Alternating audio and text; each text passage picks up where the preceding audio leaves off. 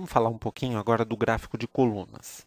Aqui eu estou mostrando para vocês uma tabelinha em que a gente tem os modelos de carros mais vendidos no Brasil no primeiro semestre de 2013. Então, se vocês acessarem o site e pegarem esses dados, vocês vão ver que tem lá em torno de 200 modelos de veículos. Eu estou mostrando aqui para vocês os 15 primeiros modelos, tá? Mês a mês, com a quantidade vendida em cada um dos meses. E aqui, que é o que vai interessar para a gente, a coluninha de total. Então, a gente vai trabalhar com o modelo do carro e com essa última coluna aqui de total. Que gráfico que eu posso utilizar para mostrar isso aqui? Para mostrar esses totais, tá? Eu poderia utilizar, por exemplo, um gráfico de linhas. Não faz muito sentido, porque se vocês olharem, o que a gente vai mostrar é, para o Gol, a gente teve esta quantidade de vendidas. Aí o dado seguinte se refere a um outro modelo de carro, né, com outra quantidade, obviamente. Quer dizer, não tem uma conexão lógica daqui para cá, daqui para cá, daqui para cá. Como não há essa conexão lógica, vamos supor que isso daqui fosse segunda, terça, quarta e quinta. Ok, tem uma conexão lógica, é o tempo passando. Aí tudo bem. Então, nesse caso, como não há uma série temporal, eu vou trabalhar com outro tipo de gráfico. E eu escolhi trabalhar, por exemplo, com um gráfico de colunas. Então, vamos ver como que ficam esses 15 veículos aqui para esses totais representados num gráfico de colunas. Está aqui, ó. A gente tem um gráfico de colunas. Esse gráfico aqui é 2D, tá? Ou seja, é um gráfico bidimensional, que, na minha opinião, é um dos melhores gráficos para você representar de forma, vamos dizer assim, mais precisa um conjunto de dados. Por quê? Porque aqui a gente vai ver o seguinte, ó. No eixo, lembrando que o eixo X, tá, é o eixo das abscissas. O que a gente está marcando aqui? A gente está marcando as categorias, né, os modelos de carro. No eixo vertical, das ordenadas, ou eixo Y, a gente está marcando o quê?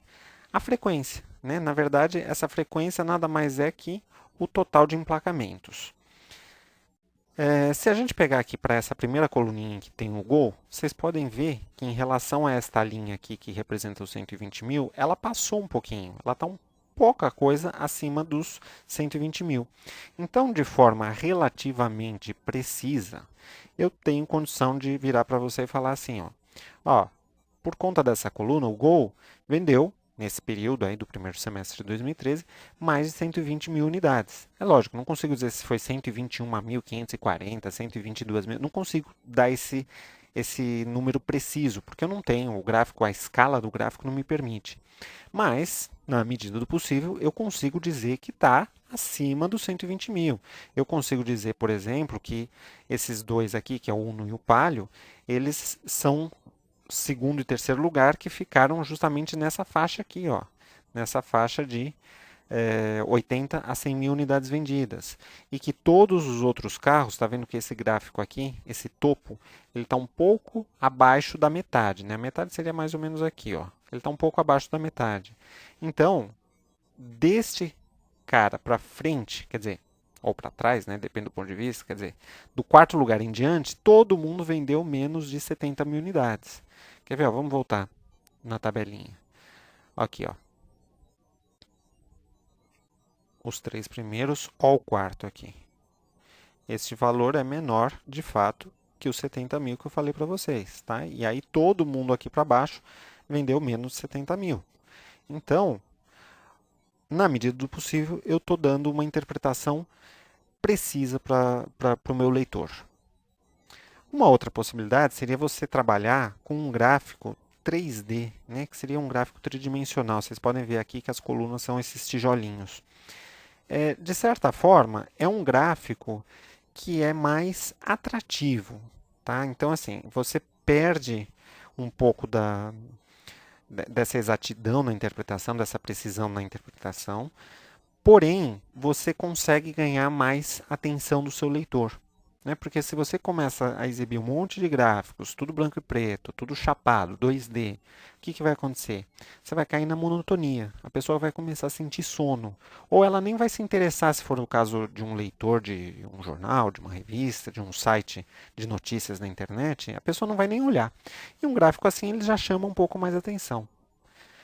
Uma outra possibilidade, também de gráfico 3D, é trabalhar com algum tipo de figura. No caso aqui, eu estou trabalhando com esses cones. Né? Mas assim, o que esses cones têm a ver com número de carros emplacados? Né? O que tem a ver cone com esse número de carro? Percebe que não faz muito sentido. Eu estou representando uma coisa e estou utilizando uma forma gráfica que não está diretamente associada com isso daqui. Você pode até pensar assim, falar, eu vou pensar que isso aqui é um cone de trânsito. Tá, mas se fosse um cone de trânsito, você teria que fazer, sei lá, é, fazer umas faixinhas aqui, que são características do cone, fazer o cone laranja e não avermelhado, ou preto com amarelo. Né? Quer dizer, esse gráfico, ainda mais nessa cor, não tem associação nenhuma. É só um enfeite que não faz muito sentido. Então evite de trabalhar com essas firulas, com esses desenhinhos que não tem nada a ver com o teu conjunto de dados. Tá?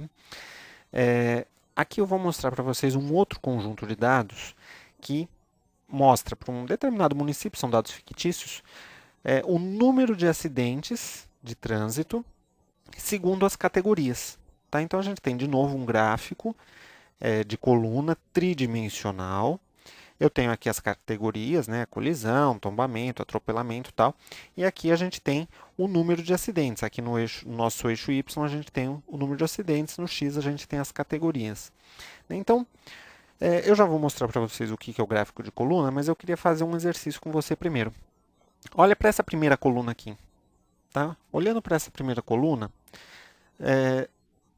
quantas colisões, né, quantos acidentes desse tipo aqui, colisão, abarroamento, que a gente teve nesse município? É lógico, você não vai conseguir me dar um número exato, preciso, mas se você fosse me dar um valor exato, quanto que você diria? Diz aí. Pensou? Olha para a escala, ó. Olha para a altura da coluna e olha para a escala. Chegou numa conclusão? Bom, se você fez o exercício, talvez você tenha chutado aí algo do tipo 190. 190. Funciona o negócio, ó, 195, 189, sei lá, uns 193, qualquer coisa nesse sentido, tá? Esses daqui são os valores que normalmente o pessoal diz quando eu faço esse tipo de pergunta. Muito bem. Por que que não é nada disso? Porque o gráfico é tridimensional. Quer ver? Ó, o gráfico que eu mostrei para vocês é esse daqui. Este gráfico ele foi construído com base nesta tabelinha que está aqui embaixo para vocês.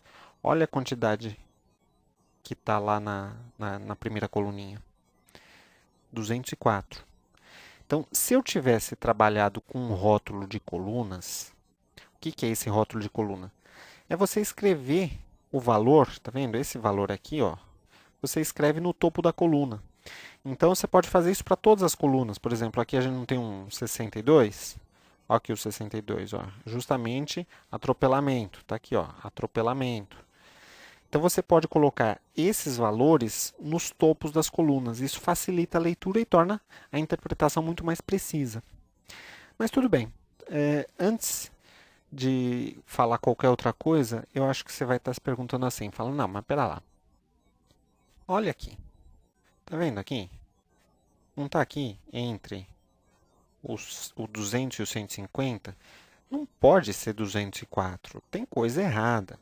Vamos voltar no gráfico anterior, que ele está um pouquinho maior, que aí eu consigo explicar melhor para vocês. Bom, então o negócio é o seguinte. Esse gráfico é tridimensional, certo? Aí você olha para essa coluna e fala, ah, tá aqui, né? Tá entre 150 e 200. Então vou chutar algum valor que esteja nesse intervalo. Faz sentido a sua lógica. O problema é o seguinte, esse gráfico, na hora de construir, eu fiz uma distorção, justamente trabalhando com essa ideia do tridimensional. eu fiz uma distorção dele. Então, você pode perceber o seguinte, você está vendo essas linhas aqui no fundo? Que são as linhas da escala, né? Imagina que isso daqui é uma parede, tá? Imagina que essas linhas aqui, elas estão numa parede. Essa parede, né, a base da parede está aqui, certo? A parede está aqui, certo? Ó, a parede está aqui, ela está aqui. Você está vendo que a base da parede, em relação à parte de trás aqui, a base de trás dessa coluna, a coluna está afastada da parede, quer dizer, existe um espaço aqui. Você percebe isso? Ó? Tá vendo que tem um espaço aqui? Então, na verdade, o que eu teria que fazer? Para conseguir fazer a leitura correta utilizando essa escala que está nessa parede, eu teria que fazer assim, ó. Você tem que pegar esta linha aqui, por exemplo, tá? Pegar essa aresta do cubo e projetar, traçando, por exemplo, um esquadro, tá? Você pode pegar um joguinho de esquadro e traçar, fazer essa projeção, projetar isso aqui na parede. Na hora que você fizer essa projeção, esta linha, ela vai dar aqui, ó. Ela vai dar bem pertinho do 200, mas ela vai dar um pouco para cima dessa linha do 200, que é justamente no 204 que ela vai estar. Por conta desse formato tridimensional, desse espaçamento que existe aqui e do ângulo de visão, né? Porque você veja o seguinte, a ideia toda está assim, imagina que você está olhando aqui pelo lado, tá? Você está olhando de lado isso daqui. Então imagina assim, você vai ter, por exemplo, aqui está a tua parede, então vamos fazer aqui, aqui está a tua parede, que seria isso aqui, tá? Essas linhas aqui desenhadas, elas vão estar nessa paredinha aqui. A coluna, a coluninha está em azul, é como, vamos fazer só o chão aqui, só para ter uma referência. A gente faz o chãozinho, está meio torto, mas tudo bem. A nossa coluna, ela estaria aqui, ó. Peraí, deixa eu desenhar de novo isso aqui. A nossa coluna, opa.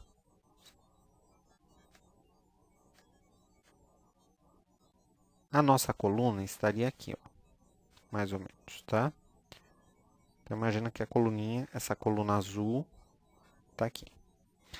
O olho da pessoa, imagina também o seguinte, ó, a linha do 200, essa linha aqui, esta linha aqui, ó, que eu estou traçando de verde para vocês, tá vendo? Que é a linha justamente do 200.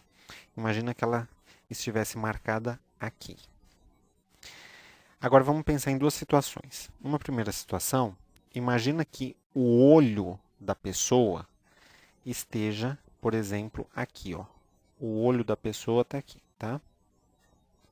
Está aqui o olhinho da pessoa. Então, o que ela vai ver? Ela vai ver justamente esse topo sendo projetado aqui no 204.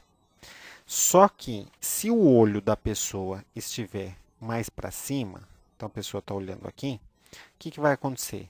Na verdade, ela, em relação a esse topo, ela vai projetar este topo um pouco mais para baixo da linha do 200. Foi justamente isso que eu fiz.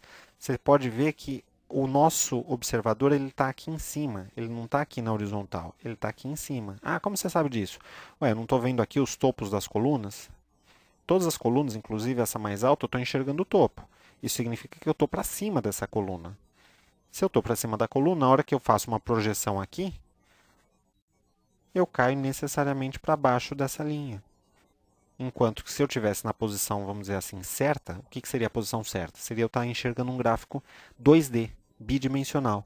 Aí sim eu enxergaria que essa coluna está acima do 200. Tá ok?